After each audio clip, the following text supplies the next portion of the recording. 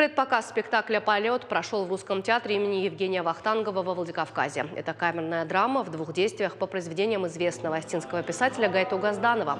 В центре сюжета история членов семьи, которые на протяжении нескольких поколений преодолевают препятствия, решают проблемы и, конечно, борются за любовь.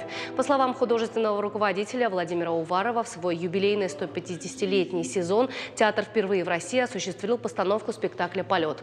Это начало большого цикла постановок в память о великом Гайто Газданове. Премьера пройдет завтра, 20 марта, второй показ состоится 21 марта, а следующая постановка пройдет уже в начале апреля.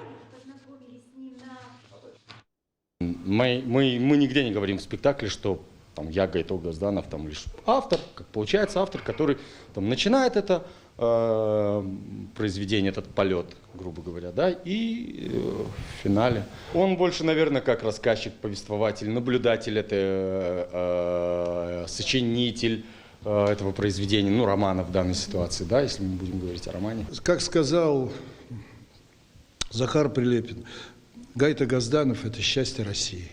Наверное, лучше не скажешь.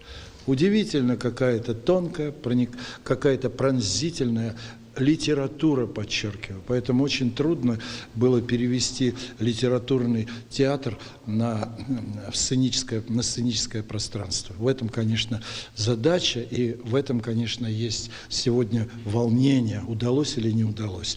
Одно дело прочитать великолепную литературу, а другое дело – это как эту литературу реализовать.